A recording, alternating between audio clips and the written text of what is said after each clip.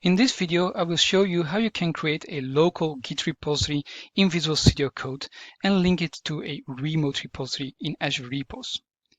I already created an AL extension, and to add this extension to a local repository, you need to click the third icon, which is the source control section. There we can click the blue Initialize Repository button. And as you can see, it discovered 6 untracked files. So files that are not added in the Git repository yet, but are available in my working directory. Now first I'm going to add the app file to the git ignore file by right-clicking. Then I'm going to change the git ignore file and change it to ignore all the app files by using the star.app. Okay, let's save it.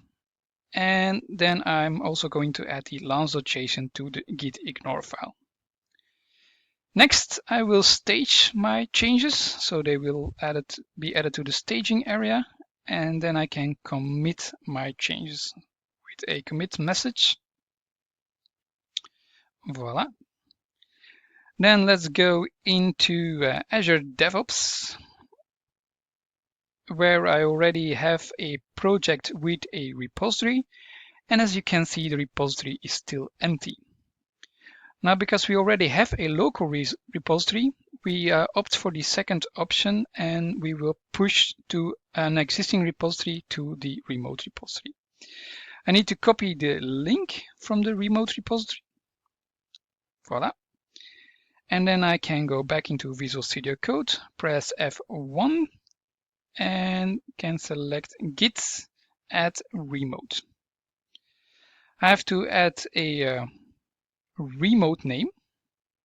I can use origin, and then I will paste the URL. Okay. Now you can see at the bottom that there's now a cloud icon indicating that we are linked to a remote repository. Now we can click this icon, which will publish our local master branch, which is our active branch, to the remote repository. If that's finished, you will see a synchronization icon at the bottom. Okay. Now let's go back into Azure DevOps and let's refresh our page, and you can see in a moment that all the files are added. Okay, so let's modify a file.